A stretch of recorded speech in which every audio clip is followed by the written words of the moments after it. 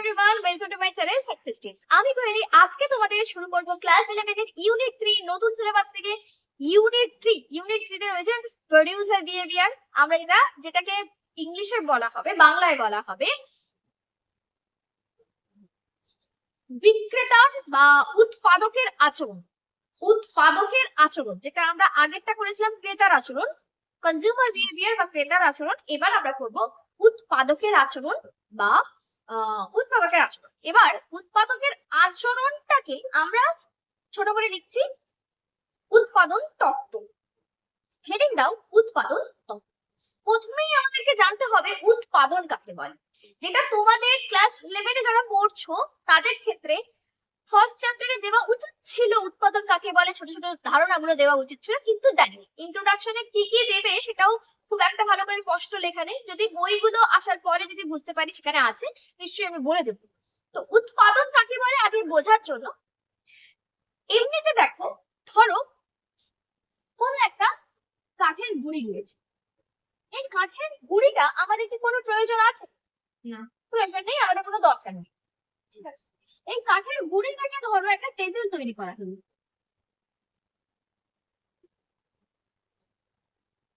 ঠিকঠাক রাখলাম তো, মুখটা দেখে মনে হচ্ছে না টেবিলটা একটু পেছন দিকে একটা ছোট পা ছোট বড় হয়ে গেছে। ঠিক আছে, টেবিল নেই, একটা টেবিল রেখে দিলাম। সব একটা টেবিল রেখে দিয়েছি, এটা টেবিল। ঠিক আছে, এবার এই যে টেবিলটা আমাদের মধ্যে রয়েছে, টেবিলটাকে আমরা বলবো কাঠের গুঁড়ি থেকে যদি আমরা মানে কোনো একটা জিনিস থেকে আর একটা জিনিসের রূপান্তর যদি করি, তখন তাকে আমরা বলছি উৎপাদন। কিন্তু সব সময় নয়।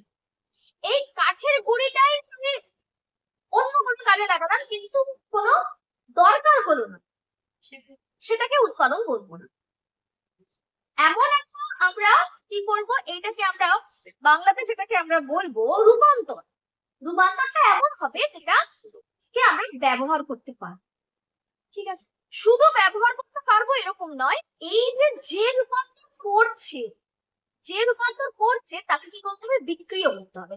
কারণ এর কথাটা একটু ঠিক ছিল যে এমন একটা জিনিস যেটা বিক্রি করে বা যেটা করে আমরা অর্থ উপার্জন করতে পারবো, তখন তাকে উৎপাদন বলবো। অবশ্যই, কিন্তু তার আগে আমাদের বেশ কয়েকটা জিনিস বলতে হবে।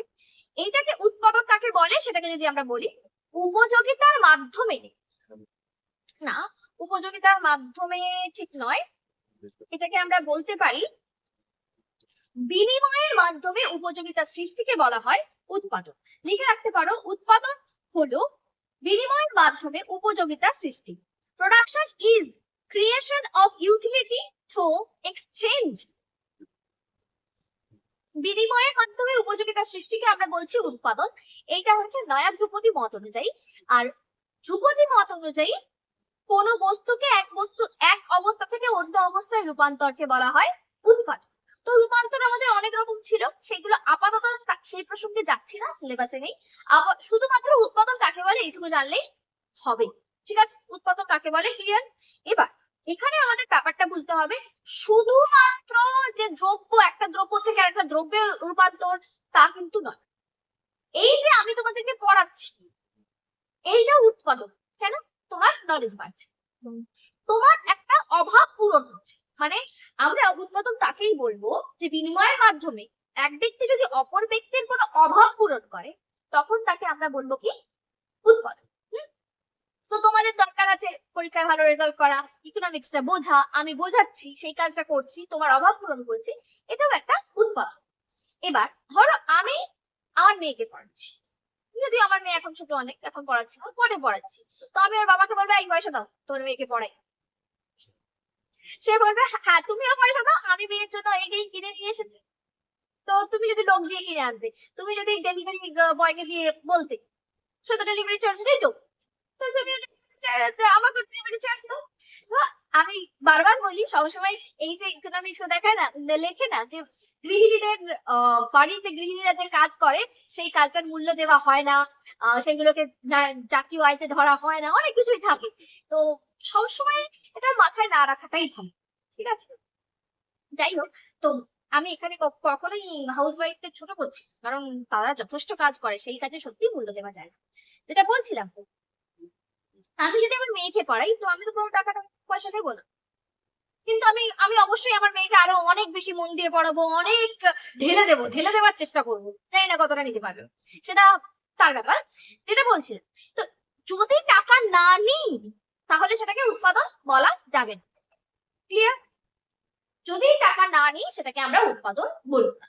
এবার আসি উৎপাদন করার জন্য কি কি লাগে।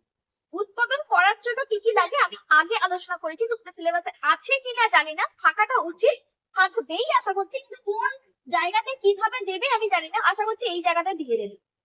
উৎপাদনের উপকরণ, উৎপাদনের উপকরণ ইংলিশে কি বলবো? ইংলিশে বলবো ফ্যাক্টরস অফ প্রোডাকশন। কি কি ছিল বলো? ফ্যাক্টরস অফ প্রোডাকশন কি কি ছিল বলো? জমি, জমি মানে ল্যান্ড, তারপরে শ্রম মানে লেবার, তারপরে কি ছিল? মূলধন, মূলধন মানে হলো ক্যাপিটাল, ভুল বলছি, ক্যাপিটাল মানে মূলধন, মূলধন মানে ক্যাপিটাল না, ক্যাপিটাল মানে মূলধন। আর একটা ছিল অর্গানাইজেশন বা সংগঠন, সংগঠন যেটাকে ইংলিশে বলবো অর্গানাইজেশন, এন্টারপ্রেনারশিপ বলা, ঠিক আছে? এইটা এবার এইগুলো এক একটা হচ্ছে ফ্যাক্টরস অফ প্রোডাকশনের পাশাপাশি এইগুলোকে আরেকটা ইংলিশে এটাকে ফ্যাক্টরস অফ প্রোডাকশন ছাড়াও আরেকটা কি বলে? ইনপুট। ইংলিশ শব্দ ইনপুটটা, ইনপুট বাংলা থেকে একে উপকরণ বলে। এই ইনপুট গুলো দিয়ে আমি কি পাবো? আমি একটা দ্রব্য তৈরি করব, তাই তো? যদি আমি টেবিল তৈরি করারই কাজ করি, আমি ধরো টেবিল তৈরি করার কাজ করছি, তো সেক্ষেত্রে লেবার লাগছে, একটা জায়গা লাগছে, একটা ঘর লাগছে, তারপরে লেবার দিয়ে লেবাররা কাজ করছে, আমি টাকা পয়সা ঢেলেছি, ওই কাঠের লক গুলো কিনে নিয়ে এসেছি, কাঠের গুঁড়ি গুলো কিনে নিয়ে এসেছি, আমার কিছু ক্যাপিটাল লেগেছে, তারপর করাত কিনেছি, যাবতীয় যন্ত্রপাতি কিনেছি, সেগুলো ক্যাপিটাল, সেগুলো হলো মূলধন। তারপরে আমি কাজটাকে পুরো অর্গানাইজ করছি, কখন কোথায় কাজ করব, কোন জায়গা থেকে কাঠটা কেটে নিয়ে আসবো, সবকিছু করছি, সবকিছু করার পরে আমি কি পাবো? পাবোটা কি বল? কারোর কাছে কোনো উত্তর নেই। টেবিলটা পাবো পরে, অর্থ তো পরে পাবো, বিক্রি করবো তারপরে অর্থ, মানে বিক্রি করার পরে অর্থ, এটা আমরা কস্টিং এর পরে রেভিনিউতে যাবো, এরপরে আমরা শিখবো কস্ট, ঠিক আছে? এই উৎপাদন আগে বুঝে নেবো, তৈরি করাটা বুঝবো, তারপর বিক্রি করা বুঝবো, তারপরে বুঝবো, হ্যাঁ উৎপাদন বুঝবো, তারপরে বুঝবো এখানে কত খরচা হলো, তারপরে বুঝবো বিক্রি করে কত টাকা পেলাম, তারপরে বুঝবো, তারপরের চ্যাপ্টারে বুঝবো, মানে এক একটা চ্যাপ্টার কিন্তু, তারপরের চ্যাপ্টারে বুঝবো কত টাকা মুনাফা হলো, ঠিক আছে? তারপরে বুঝবো বাজার, বাজারটা আসবে তোমাদের সেকেন্ড সেমিস্টার। এটা হচ্ছে অর্গানাইজেশন। এবার এখানে আমরা যেটা পাবো, সবকিছু মিলিয়ে আমরা পাবো কি? টেবিল। টেবিলটাকে আমরা বলবো চূড়ান্ত দ্রব্য।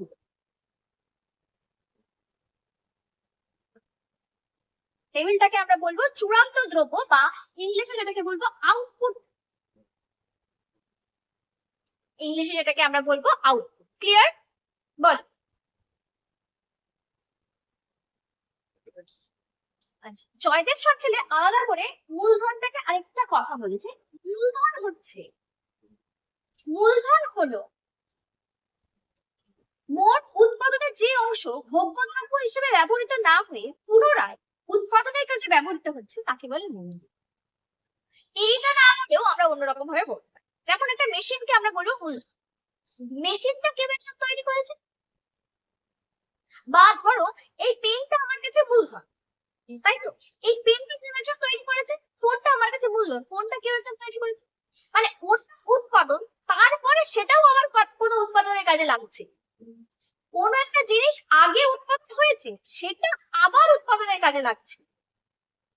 তাই বাংলাতে এটাকে বলে উৎপাদনের উৎপাদিত উপকরণ। মূলধন হলো উৎপাদনের উৎপাদিত উপকরণ। চলো, কি বলে? চূড়ান্ত দ্রব্য হলো। এবার প্রডিউস মিনস অফ, ইংলিশে বলবো প্রডিউস মিনস অফ প্রোডাকশন, উৎপাদনের উৎপাদিত উপকরণ। বোঝা গেল। এবার আমরা যখন এতে যাব কি বলে কস্ট চ্যাপ্টারটা করব, ব্যয় চ্যাপ্টারটা করব, এইটাতে আরো একটু ডিটেলস আলোচনা করব, কে কত টাকা পেলো, কে কি করলো, এগুলো নিয়ে আলোচনা করব। এবার চলে যাই যে এই যে আমরা এখানে কি করবো, আমাদের বোঝার সুবিধার জন্য এই দুটো জিনিসকে ধরবো। কাকে কাকে? শ্রম আর মূলধনকে। জমি আর সংগঠনকে এখন বাদ দিলাম, সংগঠনের কাজ করবে, সংগঠনের মুনাফা পরে দেখছি, পরে পরে পরে আমরা শুধু শ্রম আর মূলধনকে নিয়ে কাজ করব। আবার এখানে একটা টুইস্ট, মূলধনকে ধরে নেব স্থির, মূলধন ব্যবহার করছি ঠিকই কিন্তু ওর স্থির প্রথমে, পরে ওকেও চেঞ্জ করব, পরে শ্রমকে কি করব, পরিবর্তন করব। ঠিক আছে, তার মানে ইনপুট আমরা কি কি দিচ্ছি, তোমাদের জয়দেব সরকারে x1 x2 করে দেওয়া আছে, আমি x1 x2 দিয়েই করছি। আমি উপর থেকে লিখছি, দেখতে অসুবিধা হলে ভুল, এখানে দেখতে অসুবিধা হচ্ছে না, হচ্ছে না, লাইট রিফ্লেক্ট করলে আমি বলছি মূলধন ইজ ইকুয়াল টু ধরো x1, হ্যাঁ সরি, শ্রম ইজ ইকুয়াল টু x, শ্রম লেবার হচ্ছে x1 is equal to x1। ঠিক আছে, আর হলো না, শ্রমের নাম হচ্ছে x1, capital x1, capital x1, আর হলো মূলধন, মূলধন হচ্ছে ক্যাপিটাল, এটাকে নেব x2। আচ্ছা, লাইট রিফ্লেক্ট যদি করে, আমি একটু বোর্ডটাকে কাট করছি, দেখ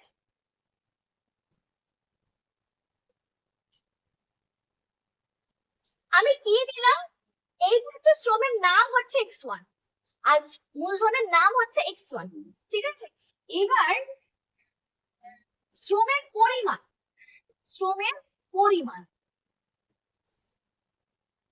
কোয়ান্টিটি অফ লেবার, সেটা হচ্ছে স্মল x1, আর মূলধনের পরিমাণ কোয়ান্টিটি অফ ক্যাপিটাল,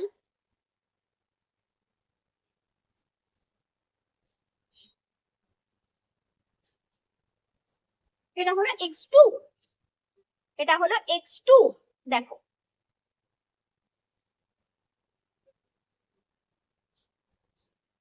লেখা হলে বলবে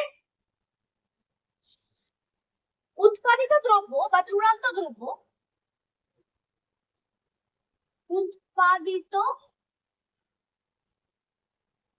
দ্রব্য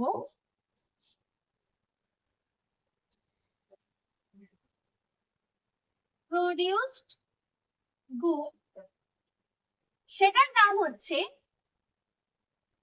কিউ, এটা হচ্ছে নাম, আর উৎপাদিত দ্রব্যের পরিমাণ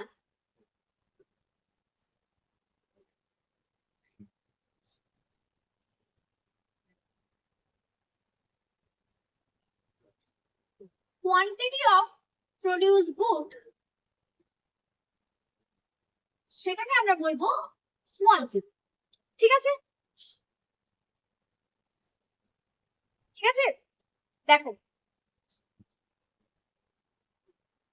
এখানে দেখো যেটা বলছে যে আমরা যতটা দ্রব্য ইনপুট গুলো ব্যবহার করছি, এই দুটো ইনপুট আমরা যতটা ব্যবহার করছি তাকে আমরা বলবো সেবা বা দ্রব্যের প্রবাহ, ইনপুটের প্রবাহ, আর যেটা তৈরি হচ্ছে সেটাকে বলবো প্রাপ্ত সেবার প্রবাহ বা ফ্লো অফ সার্ভিস। আগেরটা ছিল flow of goods and services. ঠিক আছে, এটা খুব একটা দরকার নেই, ছেড়ে দাও। আচ্ছা, এবার আমরা যেটা করব, এইটা থেকে আমরা যেটা পাবো, আমাদের একটু চাহিদা জিনিসটা মনে করি, চাহিদাটা কি হয়েছিল, কার উপরে কে ডিপেন্ড করছিল, দামের উপর চাহিদা যে আমরা অপেক্ষক করেছিলাম, এইদিকে কি লিখেছিলাম, হ্যাঁ নির্ভরশীলতা, এটা কি এখানটা তাহলে চাহিদা একটা লিখেছি, তো এখানে আমরা লিখবো কিউ। ঠিক আছে, কিউ মানে দ্রব্য কতটা উৎপাদন হচ্ছে, তো দ্রব্যটা উৎপাদনের জন্য এরা কার উপর ডিপেন্ড করছে, এটা কার উপর ডিপেন্ড করছে? শ্রম আর মূলধনের উপর। শ্রম মূলধনের পরিমাণের উপর ডিপেন্ড করছে। এটা একটা পরিমাণ নিয়েছে, কিউ এর পরিমাণ নিয়েছে, কিউ এর পরিমাণ ডিপেন্ড করছে এই দুটোর পরিমাণের উপর, শ্রম আর মূলধনের পরিমাণের উপর, তাই তো? তাহলে আমরা কি করব, এখানে কি লিখবো, কি লিখেছিলাম মনে করে দেখো, function of F, function of x one x, এইটাকে আমরা কি বলবো, এইটাকে আমরা বলবো function of production, function of production বা চাহিদা উৎপাদন অপেক্ষা, চাহিদা নয় উৎপাদন অপেক্ষা।